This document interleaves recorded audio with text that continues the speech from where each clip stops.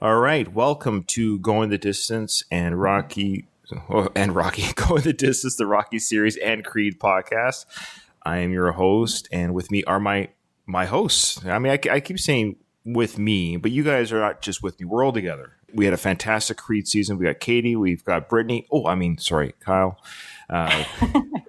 Brittany's my prison name. Oh, nice. Yeah, actually, Kyle, well, the joke is, if people that are obviously can't see, is Kyle's using Brittany's Google Meet account. So every time it says Brittany wants to join the chat, I get excited that, Kyle's taking a break and Brittany will come on. And Like the Holy Trinity. So you're like God, and I'm Jesus, and Katie's the Holy Ghost. And we're 3 in 1, 1 in 3. That's just how. That's true, because the Holy Ghost, we don't know what gender the Holy Ghost is. I'm sorry. Okay. It's like blasphemous. I know. All right. Oh, yeah. So we're on Creed 2. So as of this recording, we're recording definitely ahead of schedule. So when this gets released in April, there's going to probably be even more emails. We've got a lot of emails to go through today, but we want to get through them because as of this recording, Creed Season 7 is completely finished. So people have been bombarding us with some emails and comments about the season in general, which we love. We promise we're going to read them out, which we're going to do now. So without further ado, let's just roll right into that. Oh, before we do, cue the music.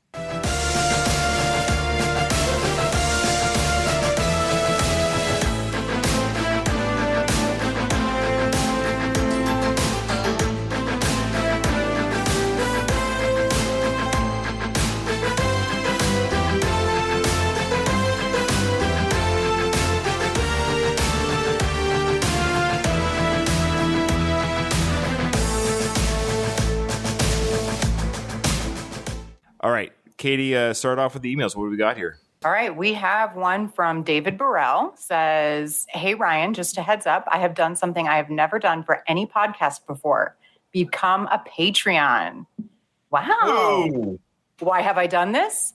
Well, it dawned on me today that you all, including Ruben, have given me 5 years of joy listening to you. So a small donation I feel is only right and proper. I listened to your message on Patreon and don't feel that anything else is due, as the years of joy is enough. Now on to Creed 2. Keep punching, guys. UK Dave. Wow. Nice. That's an awesome message. Yeah, Cheers, Dave. Very kind. Thank you, Dave. Yeah, he's been with us for a long time. He's actually was a guest on the show. Back in the day, he did a guest, came on and said hi to the show. A full episode was devoted to him and his appearance, and you can catch that on, just search his name, Dave Burrell, B-A-R-R-E-L. It's like barrel, but it's pronounced Burrell. Thank you, Dave, so much. The next one. Awesome. This one is from Chester Copperpot. Says, "Hello, Katie, Ryan, and Kyle. I just wanted to thank you for another great job of coverage on another Rocky movie. I'm a semi-driver who really enjoys podcasts. I really look forward towards a new episode. I have a couple of questions for you. One, do you collect Rocky merchandise, and what do you have?" I have a couple. I don't even know if I have anything left anymore. I had that poster. I think I still might have it. I bought a Rocky shirt in Philadelphia. But yeah, that's about it. No, I don't really have anything. I have a couple posters. I have stuff that John Rivoli, the artist, sent me. The Rocky statue. Robin, the daughter of the creator, she sent me a really cool poster. And I had another poster sent to me. From Jerry. I got his name. So I've had a few posters sent to me from some listeners. Rocky. Oh, and I have the original movie script that Sylvester Stallone wrote, but maybe not the original, but it was an MGM movie script thing that they did back about 25 years ago. They released The Godfather, Rocky. Oh yeah, cool. Yeah. Is it the That'd one be that nice to have. Picture of him on the front, and then in the ring, and they have Mickey and all them in their pink sweaters? No, I actually took a picture of it and put it on Facebook talking about the part, because there's a part in the script where Rocky beats up the bodyguard in the car. Do you hear about this? Oh, yeah. He actually takes his head and smashes into the steering wheel or something like that. So Rocky gets his comeuppance in this in the original script. The original script is pretty dark. It's gritty. It's kind of like a Godfather type script. It's a little bit more gritty, a little bit more dark. It's an interesting read to read it. And when you read it, you're like, this would not have won Best Picture, though. It didn't have the heart. Wow. It's gritty. It's kind of cool. It'd be kind of cool in alternate universe to see this film played out. There was curse words. It was a 70s script, right? So definitely, yeah. I guess the good irony would have been that we got the film we got, because this film, even though it might have been a good, gritty film, it would not be the legacy I don't think it is today. Yeah. I have the statue replica. That's right. It's on my mantle. Love it. Probably one of the best purchases I've ever made. And also a copy of Leroy Neiman painting at the end of Rocky 3, beginning of Rocky 4. I have a couple of items in the cart, the fan store cart, the jacket, and the yellow Italian Stallion shirt. The only reason I haven't bought them is because they're not women's sizes. So I'm afraid that they'll be like a men's small will still be like bulky. I like things more fitted. So I don't know. I might just buy them anyways. Well, you can wear them around the house or pajamas, like the girl in the movies always wear the oversized shirt when they go to bed, Yeah. Well, the jacket I wouldn't wear just around the house. Sure. Like the tiger jacket. But that'd be hilarious. Well, you could, Katie, you could turn the heat down to save on your heating bill and then wear the coat in the house. And then you kind of accomplish two things at once. True. But I want people to see that. If I buy that jacket, I'm wearing that out. That's awesome. Yeah. So I'll let y'all know if I end up buying it and it's not too bulky. Okay. So his second question is, what is your favorite Rocky movie line or quote? Oh, These are good questions. I feel like I need to think. Do you guys have any off the top of your head? I know everyone goes with the Rocky Balboa speech, and it's still not my favorite, though. I think I think that my favorite quote, it's like, are we talking about like, win, Rocky, win, or hey, woman, hey, what? Like, it's hard to say. Is it a quote? Is it a scene? Because every I feel like every scene has memorable words, but is that a quote? I think my favorite, I'm going to go with quote as part of the dialogue, which is the same thing. So my favorite scene, and the one that gets me choked up more over the years, is when he's lying on the bed next to Adrian before the fight. Of course, it's that scene where he reveals his reasons for being in the ring. And he doesn't want to be another bum from the neighborhood. He just wants to, no one's ever gone the distance with Creed. Just that whole sequence of events where he's just spilling everything out, saying, if I can just go that distance, I'll know that was just another bum from the... You get this whole persona of like, why is he doing this? Why did he get ready to fight? It's not about the money. He just wants to know that he's something. And which, of course, Creed Part 1 stole from, like, it wasn't just a mistake. And that was Rocky saying, I want to make sure I wasn't just a mistake, that my whole life means something at this point. Yeah, that's a really good one. Ooh, I think you stole mine, Ryan. I was scrambling to come up with something. That's a big one. And then as soon as you said that, my brain's like, yep, that's mine too. I just knew it. It's hard to say a favorite because it's like, that's kind of a favorite in the sense of like something deep and meaningful. Right. There could be like a favorite in terms of comedic. Yeah. Which is almost certainly like a Pauly quote. Basically everything. I also really like when Adrian finds her voice and she tells Pauly, no, I take care of you. I do this, I do that. You made me think I was a loser, but I'm not a loser. I wouldn't say that's my favorite part. I think the one you mentioned is my favorite, but to me, that's up there too. It's also good. Little lines, like there are a lot of quotable lines in the movie, probably from the other characters. So like I love, my favorite from 3 is, hey woman. I just love it so much. Why don't you come over to my apartment tonight and I'll show you a real man. I love that. Katie's like, she's like tempting. Oh God, not Mr. T. And I love Apollo's got some really great ones. You know me, Stallion, and Apollo's got great ones. For Rocky himself, yeah, that's tough. I guess it is tough. Like a quick line that's also touching is you ain't never getting rid of me. Oh man, there's too many. That's it's hard enough just to rate your favorite film order, let alone your favorite. But that's a great question and something for everyone to think about. Yeah, send us an email and let us know what your favorite. Oh gosh, I love the if he dies part.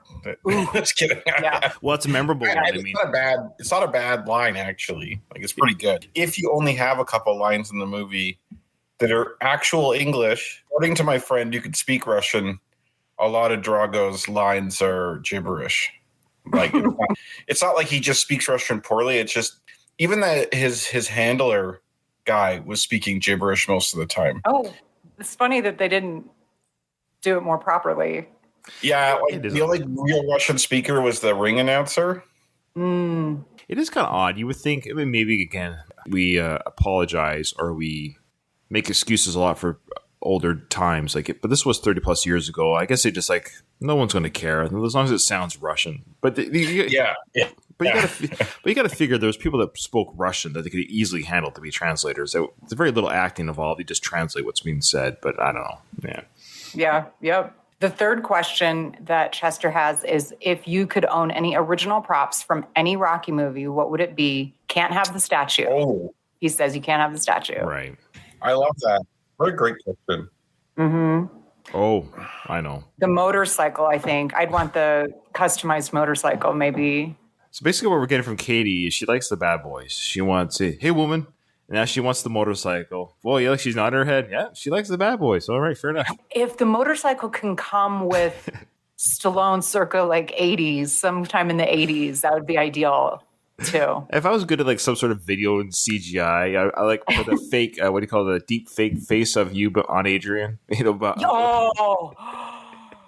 Oh God, that would be like that scene. Oh man. With her behind him on the motorcycle, that really quick scene there. Oh, that'd be hilarious. I'm sure somebody could do it. That's funny. I think for me, it would be the cufflink. That's a really good one, Ryan. Yeah. It's a good one. That was such a big part of the film. Obviously, you know what's funny? Part 5, as much flack as it gets, boy, there's a lot of canon and history in that film that it just can't beat. It's funny. And the cufflink, of all the movies, I think the cufflink for me. Kyle's thinking deeply. Get here, guys. It's hard. Honestly, I don't feel like I want a lot of stuff from that movie. I don't know. Like the props didn't really. I think I'd want the shorts, the Stars and Stripes shorts. Oh, that's I a think good those one. are really cool. Or even Rocky shorts from the first fight too, They got the colors wrong though, Kyle. with the red stripe, not red with the white stripe. Yeah, that's awesome. Yeah, I'm surprised no one said the robot. That's funny. That's quite a pro. sorry. Yeah, he's still around. Or he or she. I don't know. Actually, it's gender neutral apparently from the creator. So No, she was a man, and Polly turned her into a woman. no, I mean behind the scenes, the video is gender. It's a gender fluid robot. Yeah, that movie was way ahead of its time in terms of understanding of gender. I always thought it should have been a woman. It had boobs. You know what I mean? The screen. It was you're like right Oh, here, yeah. and it came out. It was kind of busted. It had boobs. Yeah. And there was no bulge. Yeah. Anyways, That's funny. the robot. Chester says, continued success with the podcast. I really appreciate the dedication. All the best. Ding, ding. I love that Chester listens to us on the road. I don't know what it is. I love listening to podcasts while driving. Like sometimes I'm on the road for work and I'll have like a 2 or 3 hour drive somewhere. And it's just like, oh, I got a 3 hour podcast. It just makes the drive go so quick. So much faster. Agreed. Yes. So thank you for that email. The next email is from Hector. Subject: binge listening. Hola, amigos. I hope you all find yourselves feeling well and staying safe. First off, I've been meaning to write and tell you guys how much you have been in the zone as of lately. Ryan, as the host, you've always been great. Katie, you sound so comfortable now, and in many ways, you are like the female Ryan. I hope bringing up genders doesn't offend anyone. No. And Kyle, my man Kyle, especially these last 2 episodes I've listened to, you've really brought it. You have brought so much insight into the fighting world of Rocky, and in ways you are like Bobby the Brain Heenan of the commentary group. Always quick with the wit, but then again, so is Ryan. I guess that makes Katie the gorilla monsoon of the group. I don't know what that means. I don't know either, but it sounds hilarious. I know, it's like, am I like the doldrum, like wet blanket? No. Gorilla Monsoon was a great color commentary in the olden days of wrestling. Oh, okay. Yeah, he was great. He was a great ringside commentator on the fights. Oh, okay. Good to know. Hector goes on to say, there isn't much to comment on as the guests and yourselves have said it all in the first part of the season finale. I'm currently binge listening to the whole Stallone Podcast Network feeds since I am almost a month behind. I got the COVID and could not work out. I love listening as I do my Johns. Even after the 2-week COVID time, I haven't yet fully gotten back on track because of a few pesky lingering side issues. But I did, however, start reviewing the amazing 2006 Rocky Balboa toy line by Jack's Pacific for my YouTube channel. Listening to you guys helps me realize that I am not the only one out there who nitpicks the details, but still loves the Rocky franchise. So I'm being very meticulous about the reviews. Stay safe, drink your vitamins, and here's to 2022. Hector Canales. Oh, he's already foregoing 2021. He's looking to 2022. Yeah. And oh my gosh, I hope you're feeling better. That's really unfortunate that you got sick. No, the vid is merciless. Yeah, I hope you're feeling better, Hector. I didn't know you were sick, so get well. And everyone, if there's anyone listening right now that is sick or has gone through it or has a loved one gone through it, hopefully everyone stays safe and gets well. As of this recording, COVID's still kind of an issue, but I think we're on the up and up. I think vaccinations are happening. Yeah, Katie's parents, your parents got vaccinated. So things are happening. People we know are getting vaccinated. So it's on the up and up. Yeah, 2022, I guess, because of the recording schedule, which I guess I'll say right now, I'll be sailing 6 months of the year coming up. And because of that, the recording schedule will be on pause and or sporadic. So Creed 2 and Season 8, we'll release what we can when we can, starting in April. But it's going to be big gaps between episode releases. So we just ask for your patience in that. That's why we totally recommend you stay subscribed, check the other shows on this feed.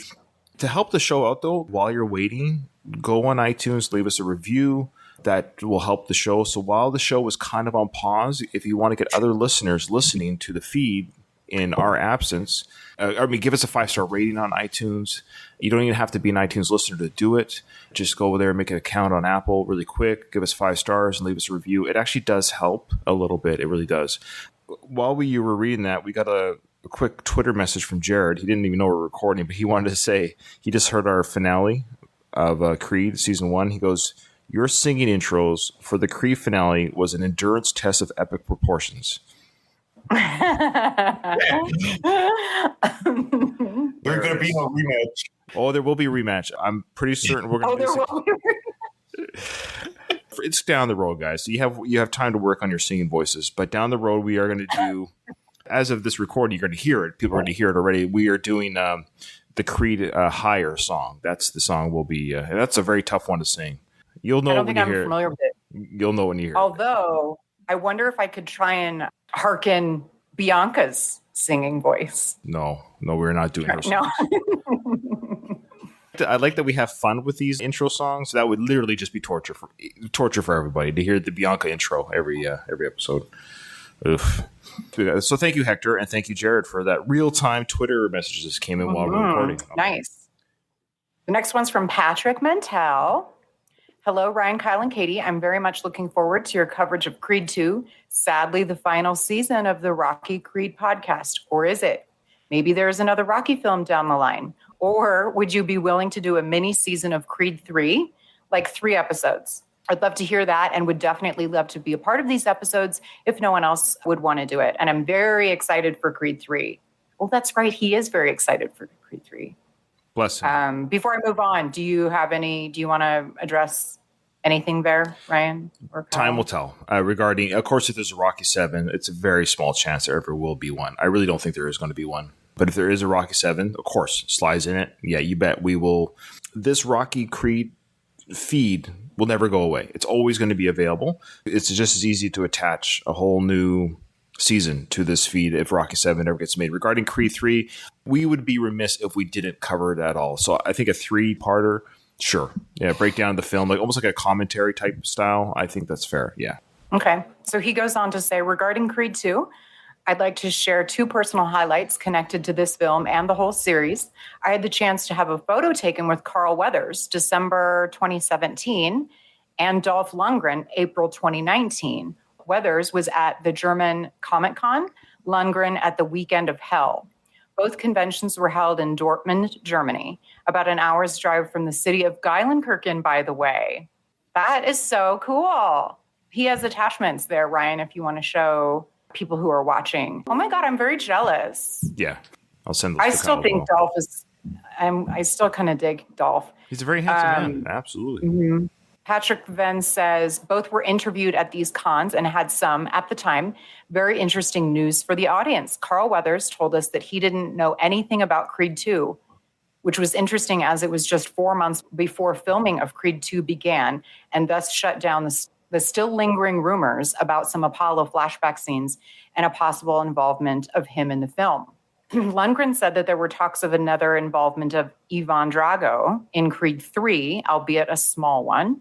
That was just 5 months after Creed 2 came out, so if that idea is still talked about now, we don't know. Apart from seeing them being interviewed, you could have a picture signed and or be photographed with them. I attached some photos. You had to pay for it, yes, but for me, it was totally worth it. Yeah. Both were very friendly, and to be able to shake hands with Apollo Creed and Ivan Drago was a dream come true. No kidding.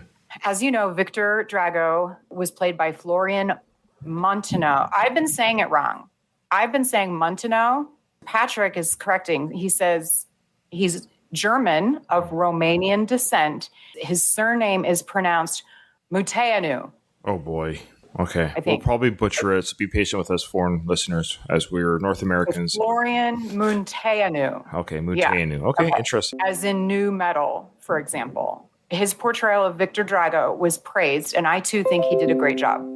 The rumored Drago series hasn't come to fruition as of now, and talk of an appearance in Creed 3 have also stopped. However, he will be in the new Chris Pine movie, Violence of Action, and will be playing a super villain, Razor Fist, in the new Marvel movie, Shang-Chi, or is it Shang-Chi or Shang-Chi? Probably Chi, but yeah, it's fine. Chi. Yeah. Or Shy, like as in Chi-Town. Again, I don't know. we're North Americans. Our foreign language pronunciations aren't that great. Mine aren't. That reminds me when I was in high school.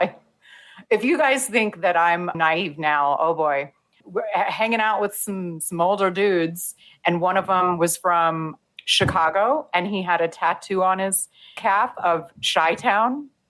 But me being a very sheltered small town Nebraskan, I was like, what's Chi-Town? He's like, Chi-Town. Anyway. That's funny. That's what it reminded me of. So Shang-Chi or Shang-Chi and the Legend of 10 Rings. As for Rocky, as Sly said on his last day of filming, Creed 2 was probably his last barbecue. By the way, on this last filming day, Sly came across very friendly towards MBJ and Cable Jr. He was somehow even passing the torch of the franchise to Jordan. Here's a clip. So he links to a YouTube clip. We may have talked about that too. So his bitterness about Creed 2 must have started during post-production, probably because of the great Rocky scenes that were deleted. But let's just enjoy this final season. Ding, ding. All the best, Patrick. This is an awesome email as always, Patrick. Thank you for correcting us on Munteanu. We'll probably just call him Florian, just for the sake of the podcast.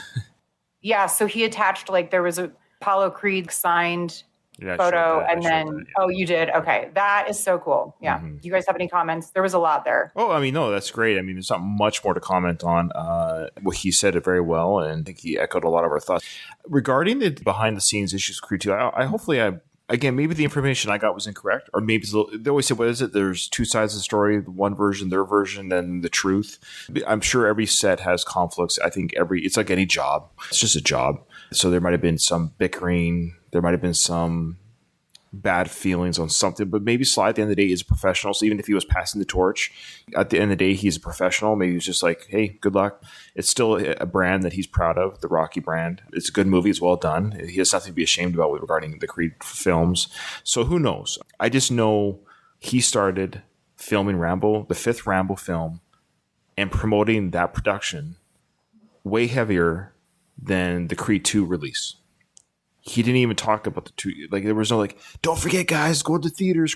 I was following Sly's every word because he was doing the Rambo films. And so I was very excited about that. And I was very excited about the Creed 2 release. So both were happening at the same time. It was a very busy 2018 was like a crazy Sly year. Creed 2 was coming out, and he was filming Rambo Part 5. But if you didn't know better, you wouldn't know Creed 2 was coming out. Take from that what you will. He promoted the filming of a movie more than the release of a movie. Take that for what it is. Yeah. Yeah. I agree, Patrick. There were some phenomenal deleted scenes from Creed 2. And we'll cover that at the season finale. Yep. Yeah. The next email is from Donald Bishop. He says, Dear Ryan, Kyle, and Katie, congrats on another great season. I hope to get this email in before your part 3 finale recording. Nope. Well, no. It's not his fault. It's, again, we'll say this to all our emailers. And so regarding emails, don't ever hesitate to send them because it's always good conversation topics. Don't worry about the timeline of things. If it's 5 episodes ago, 2 seasons ago, it doesn't matter. We will talk. It's a Rocky podcast. We'll talk about it. Just be patient with the time gaps, especially now with this year with the sailing schedule. So, but send them in and we'll definitely read them. Donald says, looking forward to your future Creed 2 and Rambo episodes as well. I found your coverage of Creed fair. I've said before on this show that as a Rocky fan, I needed to watch both Creeds twice. Once to see what they did to establish characters I loved, then again to decide if I truly liked the films for what they are, not what they could be or what I might have preferred them to be. The fact is, on paper, Creed had the potential to be another Rocky V. The next Karate Kid, anyone? Fortunately, I found Creed serviceable, but as we know from Robert, Rocky cast a very big shadow. That's a good analogy, Donald. He says, Creed empowers African Americans by giving them positive role models after decades of exclusion and misrepresentation. But we must always try to view these things through an unbiased lens. Otherwise, pandering becomes acceptable behavior. If I said every single film featuring a Black actor was great, I'm sure the Black community themselves would call me a liar. Likewise, if I said every film featuring a white actor was great, there would be even more examples of garbage to point out. At the end of the day, a film is only as good as its writing, directing, and acting, and those skills are colorless. Going the Distance did a great job analyzing the pros and cons with Creed, and will keep doing so in the future. Going back to episode 15, I share Katie's feelings about Rocky. I've tried to show many girlfriends Rocky, but it always gets dismissed as a sports film or a sly testosterone flick that they wouldn't care for. Take a deep breath, Katie. Take a deep breath. Who are these women? Don says, say what you will about Sly. I'm sure his ex-wife has stories, but the Rocky character is a catch. Indeed. Don says he's kind, loyal, in shape, likes pets, wants marriage and a kid, and is arguably even funny. How do more women not love this franchise?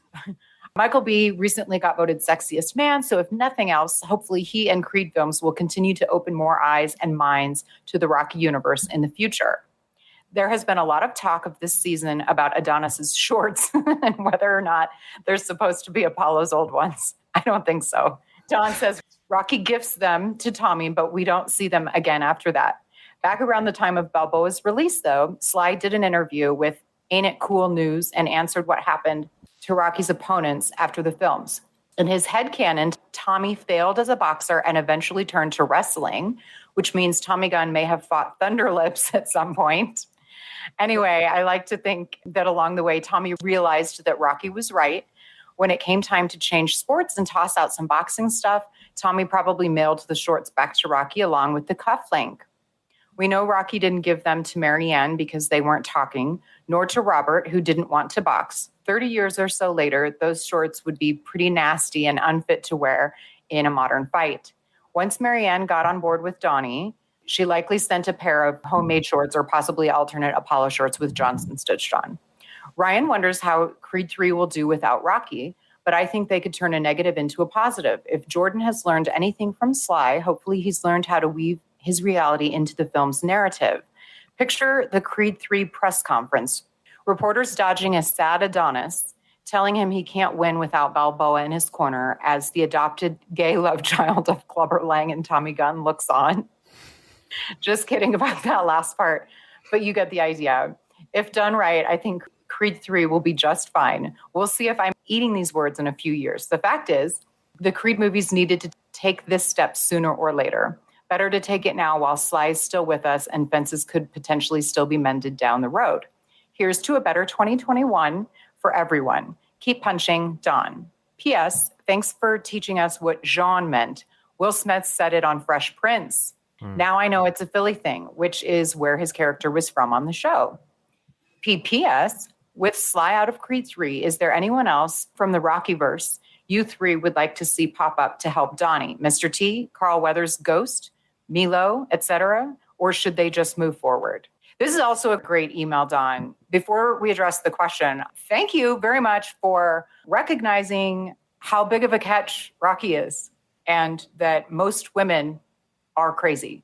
Also the shorts. Yes. Marianne just had a new pair made. Yep. He mentioned the cufflink. No, Rocky had the cufflink because he gave it to his son at the top of the steps in Rocky. That's 5. right. This is the daughter I always wanted. Oof, that line doesn't age well. We should always do that. Like, what scenes wouldn't it be written today type thing in the Rocky films? That's one of them is putting an earring next to your son saying, you are now a daughter because you're wearing an earring. Yeah, you wouldn't. Yeah. Got a chuckle in the theater at the time. It's a terrible joke. Yeah, great email. And I'm glad you sent it to us, Don. And welcome to the email family.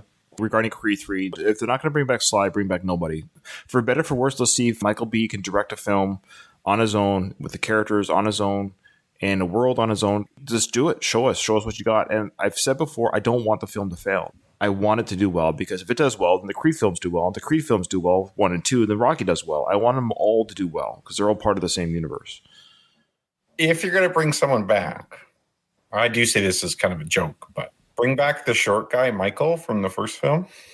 He could be like, look, I taught Rocky everything he knows. Yeah. Which, of course, isn't true, but he'll say that. Yeah, yeah. Be like, I'm here to train you. I also trained Rocky's son, who's a total pussy, to beat up those guys. So if I could teach him to do that, then that I could help you out. Even better, they give him a third name. Yeah. Actually, that would be pretty awesome. Just to troll this podcast. They'll call him like Dwayne or something like that. They call him Tyrone. Tyrone. That's hilarious. I hope there's more Marianne. Yes. And this is sort of bringing back, but also moving forward, would be the older siblings. I wonder if they could talk about the family dynamic a little more. Great points, guys. I think if you're going to save this film for the Rocky nerds like us, the tie-ins is more Marianne, because she is in the first 2 Creed films, and her character is obviously from the original franchise. So her character, invaluable. So you keep her absolutely.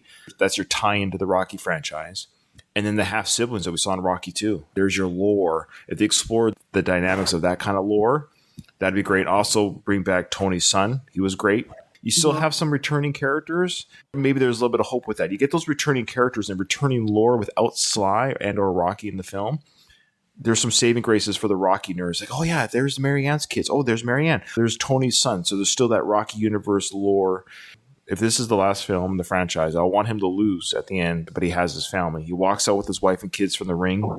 He hands over the belt, good fight, champ.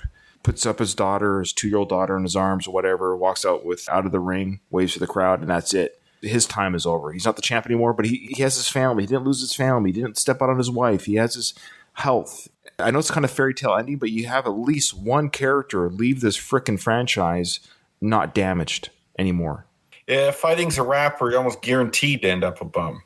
So that's my hope, but we'll see how they end it. What's the conflict in this film? Is he going to lose again and then win again? Like, this is just boring. We've already did that at Creed 2. He lost. Spoiler alert. He lost and you won. Do we do that again? Lose and win? Change it. He just loses the fight, but he wins his family. Make the conflict about the family. I don't know. A conflict could be him cheating on Bianca. I could see that happening. I think apple doesn't fall far from the tree. Yeah. Well, yeah. Is someone who's never cheated, but yeah. It's harder to judge him, though, because my opportunities to cheat are far less than his, right? When you're the heavyweight champion and you look like him and stuff, right? Doesn't mean you're guaranteed to cheat. It's certainly a lot easier. Right. Yeah. I'd have to actively try to cheat. It's not like it's going to fall in my lap, right? So I can see him maybe cheating, his family getting all screwed up, problem like Marianne's like, what's wrong with you? All that. And then there's the fight at the end. Like Ryan says, he loses, but then he has his family. Like he gets his family together again kind of before the fight. It'll be interesting to see what the conflict is, because having him lose the belt just to regain at the end, that's just Rocky 3 again, that's Creed 2 again. Because if he loses mid-movie, well, gee, I wonder if he'll win the belt back at the end. There's no drama in that. I agree with you guys. However, the same could have been said about the Rocky movies. What are they going to do with Rocky 4? And then it was amazing. And then it was like, and then there was 5. And then yeah, I hear you. I'm just talking about the belt transfer. They only did that once. That was Rocky 3. Mm-hmm. The same character losing and winning the belt back happened once, and that was in Rocky 3. So that storyline's been done. So like Rocky 4, he didn't lose the belt. He lost a friend. In Rocky 1, he lost a fight. Rocky 2, he wins the belt. Rocky 3, win gain. Rocky 4, death. Rocky 5, he was retired. Rocky 6, he didn't win the match. In Creed 2, we have a win-loss again. So do you do it for a third time and for the next film again? So I see what you mean. No. Because Rocky did all of those already, you kind of, you can't just like redo them. I see what you're saying. Because the moment he loses the belt. Predicting cheating. He's going to cheat on Bianca. I officially predict it. Okay, that's fair. I think that's not a bad pen in some different ink. I'm putting it that way. Okay, is the girl white or black? Black, I think. I don't think they're going to make it a race thing. I think maybe he'll even maybe get her pregnant or something. That's too much. That's a little far, but I think he will cheat. I think their marriage is going to be to the brink and then recover.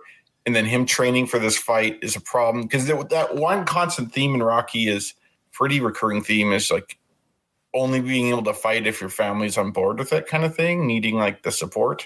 I don't think cheat full on sex, but some sort of Bianca gets busy with the music industry. So she's a little bit distanced because she's succeeding with that. She's busy in the studio or on tour.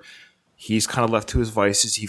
Maybe somebody in the gym or something, they become friends. He leans on her, and then Bianca notices their friendship, something. But he hasn't quite dipped his pen in the ink just yet. But it's not very good. There's like conflict. Why are you spending so much time with it? Well, you're not around because you're on tour and what have you. So there's that conflict. So I don't think full on sex will happen, but I think there'll be some sort of attention dividing jealousy issues. I disagree that there will be any cheating at all. I think that the conflict will be around their competing careers. Interesting. So, wow, look at this. I love it. Creed 2, Episode 2, we laid down our predictions. It would be a fun one to go back and see who was closest. Since you said no sex, I'm going to double down. I'm predicting penis vagina intercourse here. You're going full on party kitty and studs mode here. He's raw dogging that for sure. He pulls out the condom out of his wallet, looks at it, goes, nah, not today. No. Throws it over his shoulder. Yeah, we're talking. He's like, chaps don't use these. Eating thing is good because it brings his dad back into it. That's why I think. Send us your emails. Who's right, Kyle, Ryan, or Katie? Just which theory do you think is the closest to what's going to happen? Katie's pointing at herself. One more. There is one more before and it's a review actually. Oh, this is from UK Dave. And so before you read that review, I want to say again, people do what Dave Burrell is UK Dave on the iTunes. He's the one that became a patron. If you don't want to become a patron, I understand times are tough. This is free and it's easy to do. Dave just did it in a heartbeat. The same day he sent us an email. Leave us a review on iTunes. It really does help the show and it helps us, makes us feel good. Makes us feel good inside. I don't give a shit, to be honest. Sorry. What I want to have happen is all these reviews then make it more widely available so more women can become real women. Ooh. And like Rocky. That's what I want to see happen. Okay. So the title of it is A Knockout Podcast for Rocky and Creed, worth a re-listen for sure. Ryan, Kyle, and Katie are defo no ham and eggers. They know their Rocky and Creed films. If you like this franchise, then listen to the entire back catalog. You won't be disappointed. When the final bell rings on this franchise, I'm going right back to the beginning and listening to the whole damn thing again. Keep punching, guys. UK Dave. What a great review.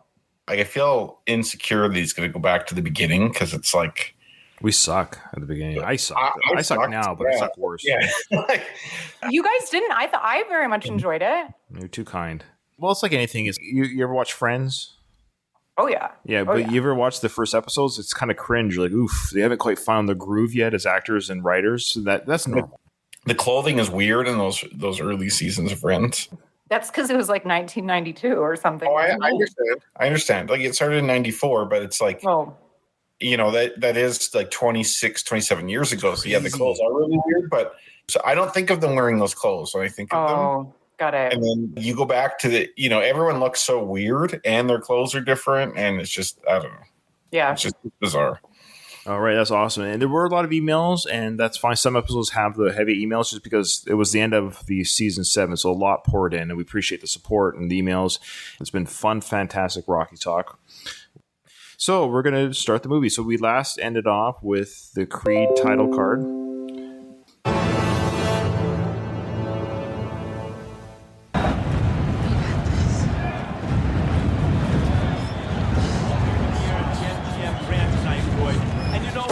When Adonis Creed lost to Pretty Ricky Conlon, he was really a curiosity more than anything else. But that was an epic fight, and since then, he's reeled off 6 straight wins, and tonight attempts against Danny the Stuntman Wheeler.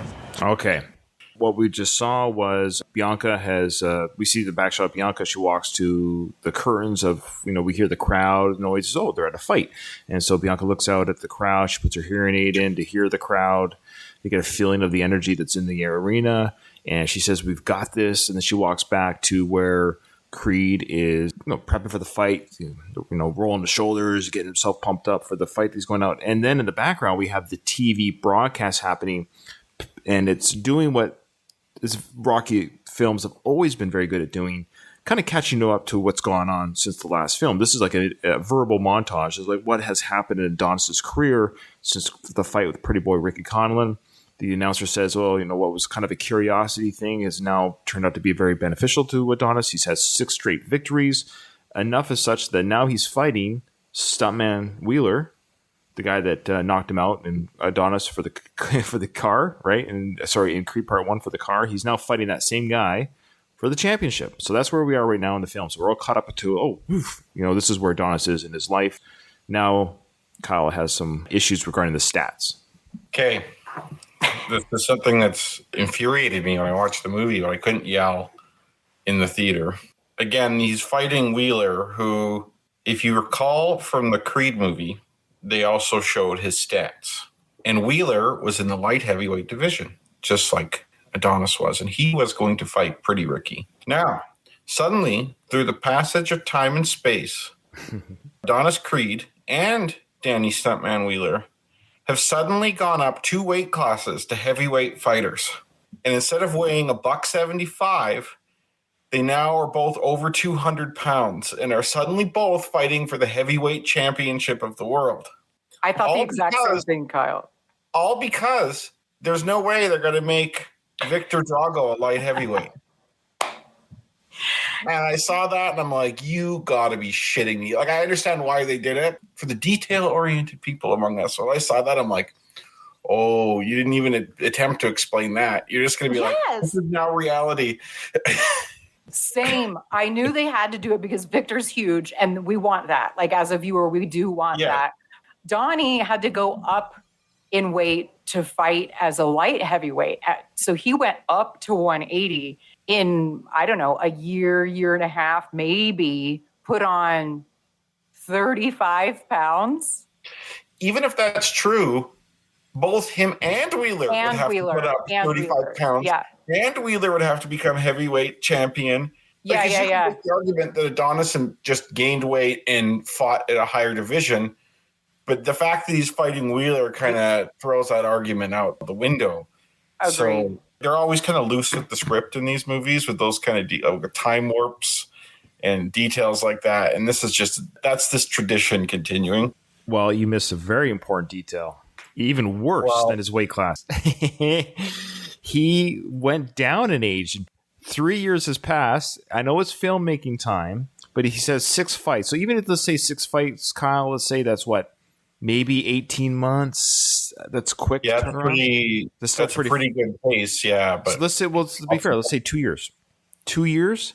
That's a better pace. So, but we know in filmmaking time, this was 3 years after Creed Part 1. Okay, but in Creed Part 1, it took place in real time in 2015, the same year that the film was made. 30 years previous was the events of Rocky IV. We already had to say that Adonis, to be at the age that he was for Part 1, he was a fetus inside the woman during the events of Part 4.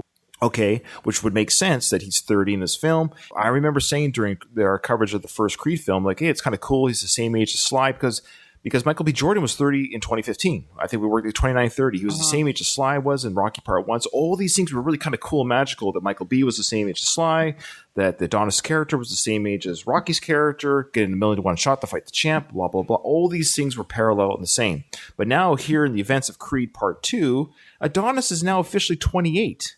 I didn't even see the age. And Wheeler's 35? Oh.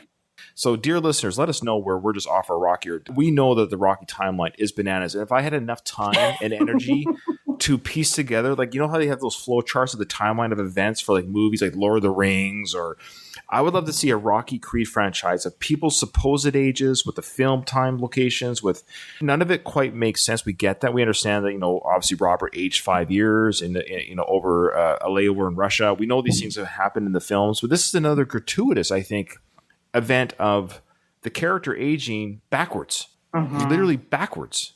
True. We have had the 5-year jump with the son, but this is the first time in Rocky history that we've had a character age in reverse. They're breaking new ground. That's a good catch, Ryan. I did not see that mistake. And while you were saying that, I did a little mental audit of the fight record. Now, who here knows how to add and subtract? Sort of. I don't know. That's not Okay. Sly. So it's not that hard. Creed was 15-0 in Tijuana. I thought he said 16-0. Yeah. 16 maybe. And then he's only had 6 fights.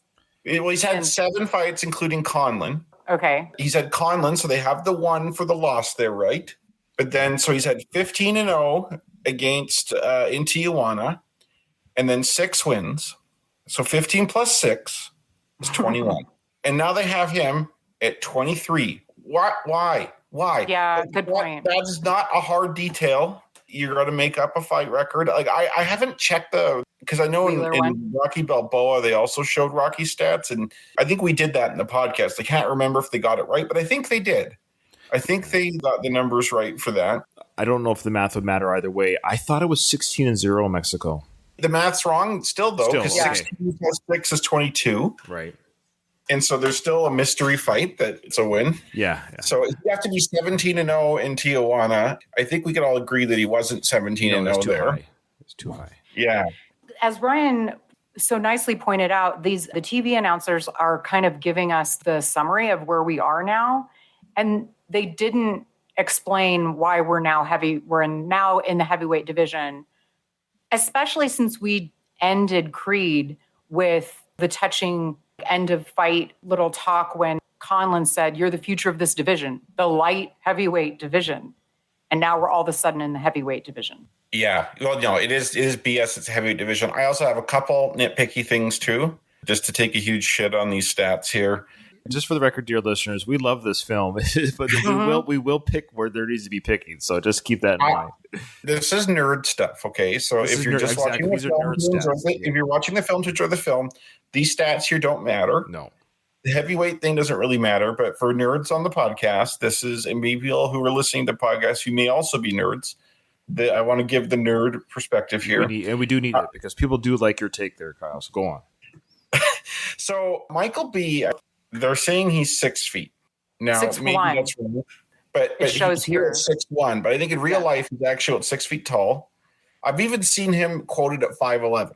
Is someone who is 5'11" and like 3/4 of an inch tall, that 1/4 inch makes all the difference. I tell you what, no one thinks I'm 6 feet tall. They're always like, "Oh, you're 5'10" or 5'11". Normally, your reach is about your height, give or take. For instance, my reach is a little bit more than my height. And it's very common for boxers to have a reach that's bigger than their height. If you're 6 feet tall, you'd have a reach of 72 inches.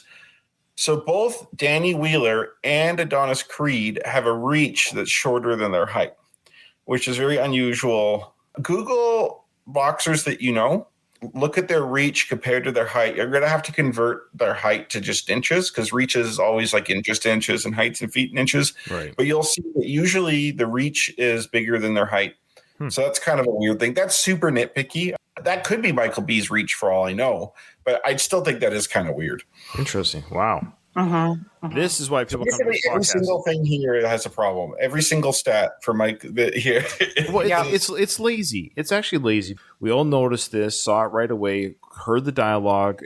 It's just a matter of it's just made on, whatever computer programs. It's like, hey, dude, changes his age to 32.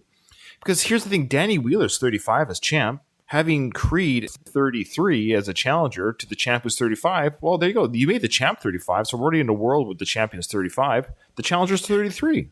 Then no one's... Remember the newscaster? He was like, 34 has a long shot of getting his title back. Rocky 3. Yeah. Like Rocky was doing that at 34 and 35. Why can't Mikey be? Yeah, that's right. We're already in this world where Rocky came back at 59. Let's be honest, athletes today are a little bit stronger, a little bit older than back in the day, right? So you have a 33 challenger versus the 35 champion. No one's going to bat an eye to that. And everyone's going to be like, well, that makes sense because Adonis was 33 years ago. But no, we de-aged him 2 years in a 3-year span. In order to gain the weight, he had to lose age, I think. Yeah, that's how it works, the continuum. Lots of champions fight in their 30s. Muhammad Ali was 29 or 30 when he had his fight against Frazier after his exile. And then he fought until the late 70s. So he fought up until he was almost 40. And then, of course, Foreman fought much older. You're maybe not in your prime in your early 30s, unless you're a late bloomer. But yeah, it's not unrealistic to fight at that age. Not at all. Rocky was very much a late bloomer. He didn't have a prime. And then he went on to have 6 more movies. Yeah. Crazy. All right, let's continue. To become the heavyweight champion of the world. It bears mentioning that Creed actually wagered his Mustang before their sparring session, Roy. And rumor has it that same Mustang is on the line again tonight. Okay. Did you guys catch that?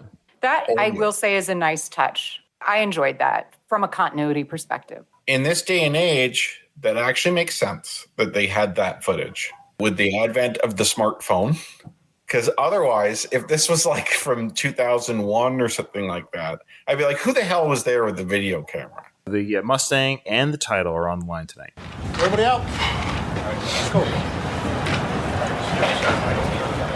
Stitch is back there. Hey, feel good?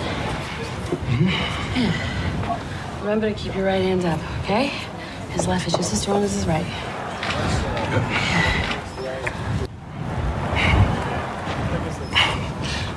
Okay, good. Okay, so for our listening audience, a couple nice things have already happened here. And I'm telling you, already there's a better chemistry between these two than there was in the Creed film. Right there in that little scene there, yes. I think that was the moment where I was like, oh, I kind of like these two. They're more comfortable with each other. Is it the characters and the actors or both? I don't know. We had a little scene there where Bianca gives him like a little bit of boxing advice, which we never got from Adrian, which was really cool. Like, he'll remember to keep this up because, you know, you can see that she's involved with his career, that she takes an interest in how the fighting's kind of done. I mean, maybe her insight isn't really like Adonis, like, maybe in his mind, it's like, I know, but he doesn't say that. But she cares. She's trying to give me a little bit of advice, and he doesn't berate her for saying that, honey, I know, geez, I'm a boxer. He's like, yeah, I'll remember. She signed. Did you take a crap yet? Again, I love that. Yeah. She didn't say crap either. I know. I'm trying to keep it PG. I'm trying to keep it real PG. But she signed that to him, which, again, a very clever way of doing two things. A callback to the first Creed film, a little fun moment, shows that they're very happy with each other, banter, and it shows that he's learned sign language in the meantime to communicate with her. And their daughter, right? Like, and their... Oh, shit, that's right. Spoiler alert. Sorry. Thanks for ruining the podcast. Sorry. I have that in my brain because I was telling Ryan a couple weeks ago I rewatched Creed 2. Oh, I'm sorry. I rewatched Creed 2. So that's why it's in my head. You're right. I'm sorry. Never mind. Katie, shut up. You know what I love about this too? I know they're not married. This, like, did you take a shit yet? When you transition from the just dating phase to the either long-term partnership or even marriage stage, this is what it turns into. Hey, you gonna dump yet? You know your marriage or into a relationship is strong when the toilet routine is just asking to pass the salt. Yeah. And why should I get married again? No. Yeah. Yeah, that's the real. We'll do a scared straight with you. I actually have no argument for you. You're fine. You keep doing it, Katie. Your mental health is probably a lot higher than mine. Okay. It's just another fight, okay? We got this.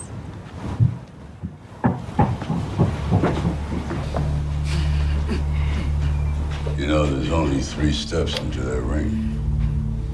Just 3. And tonight it's gonna look as high as a mountain. And when you climb through them ropes, it's gonna be the loneliest place in the world because you're gonna be in there with another fighter who wants to take you out. So now you gotta ask yourself, are you here to prove something to other people or prove something to yourself? To myself. Right. Let me ask you something. What? What's with the hair? I combed it. It's a special night. Shouldn't you be thinking about something else, white guy? Hey, go prove it. Now go get your Mustang back. Oh, man. I might like Creed 2 better now that Of course you do, Kyle. Yes, that was amazing. You know what I loved about that scene more than the words that were shared? You know, like Adonis is swaying back and forth, as you might do before a fight like that. I love how Rocky stayed with him.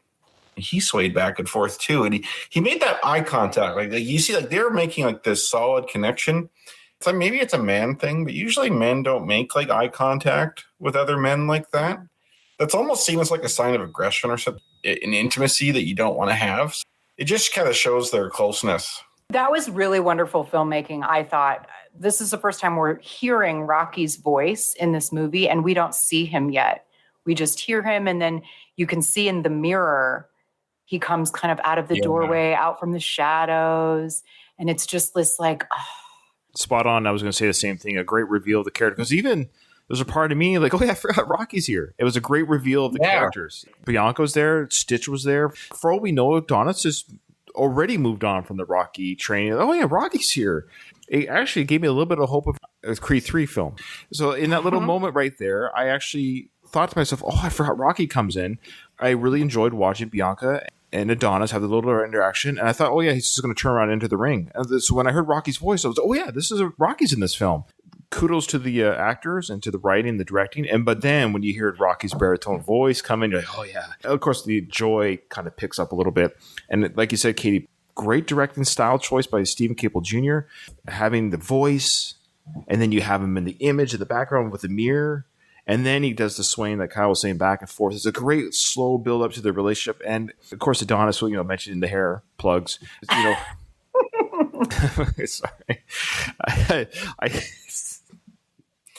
This is a dumb question, but does Sly have plugs? That's the joke. But how do you know? Like, does he? I'll tell you off camera. I'll tell you off video how I know. I have a source. That's all I'm going to say. I don't. Honestly, I probably would do it if I were a dude too. It's fine. Look, there's no shame. Look, Bruce Springsteen does it. I'm a big Bruce Springsteen fan. I'm sure Bono does it. Some of my favorite singers and actors who are just, look, we're not young anymore. But Sly started losing hair. You can see early in his career when he wasn't quite doing it yet. He had it up here. I think even Rocky 2. And then all of a sudden, Italian men, I think, go bald at a higher rate. Seriously. Oh, like, well, you're kind of... That's like a genetic thing. Like, I think if you're Italian, it's hard to fight baldness when you get older. Dang it. I like Italians, but I also like a good head of hair. Yeah, Frank Grillo. Frank Grillo is a very handsome guy. I love Frank Grillo. I like him too. I really do. And I feel bad that his career is kind of blossomed late, but better late than never. Regarding Sly's hair, I mean, it's an interesting that they would write that in and Sly wrote that in, because we know Sly wrote this film, especially the screenplay parts. I think he had something we'll investigate. He did have a co-writer on this film, probably just to help piece the story together. But we would assume at the very least Sly did all the dialogue of Rocky. We know he would have, which would be a big part of the storyline. But that being said, Adonis saying, what did you do with your hair? So for the listeners, his hair is just combed back, but it's also gray because we know in part 1, he had cancer and it was balding. And so his hair has come back after the chemo. So I guess that does happen after chemo treatment. I don't know. Yeah. Hair? Okay. So his hair has come back, and that was my joke about the plugs, but it's also gray. But no, I was saying it's also not a joke. But there's no shame. Look, Slice had worked on his face. He took HGH. He wears he's a product. We understand that at the end of the day, his body, in a sense, is a product. This is what he makes his money on. The same way wrestlers have to have certain shapes and sizes. It's just, they're a product, so they're an image that people go to the tickets, buy tickets for. We understand that. But what I liked about the scene, too, is Adonis cracks the joke about the hair, and then Rocky's character is like, isn't there other things you need to be worried about? So it shows they have a very good relationship. So everyone has a good relationship right now. Rocky and Adonis have a very strong, healthy relationship. Of course, we know there's conflict coming. Bianca and Adonis have a strong, so everyone's kind of happy. This is kind of like the Rocky 3 moment, in a sense, the beginning of Rocky 3. The success, there were some fights. They went well. Everyone's happy. Let's go and see what happens. And we'll stop it there. We'll do the fight on the next episode. So far with the Drago scene, think about it, the Drago scene happened just before this. So there's your foreshadow of some conflict coming, right? That's great storytelling. So there's the conflict in the background. Now we're seeing the happy heroes, everyone just having a good time. Yeah, what's going to happen in this fight. Like, no one's going to be like, man, he's going to get his ass kicked here. Like, well, he's ready. He says 6 victories. Yeah. He was almost able to beat him in that little Mustang fight at the beginning. He was out of his element, but we know he's a different fighter now. He's going to roll over Wheeler. It's going to be a no issue. Yeah. Who do you think would have won the Creed who fought Pretty Ricky or Danny Stuntman Wheeler. Wheeler would have been a few years younger and maybe not as past his prime as he is now, and would have been competitive with Ricky Conlon, but maybe not as good as. But Creed obviously got way better after that Mustang fight, but I don't know. He's not as good as he is now. Yeah, so I would say the Creed, Adonis now, he's going to whip Wheeler, and I think Wheeler would have lost to Conlon any age, any stage. I think Conlon's, and I think the Creed now would whip Conlon as well right now. Creed from last film, right at the end, against, say, Danny Wheeler in the Mustang fight. So Wheeler in the past Creed film. Right. Say for some reason he fought Adonis, but Adonis had trained with Rocky. I think it would have been Wheeler then too.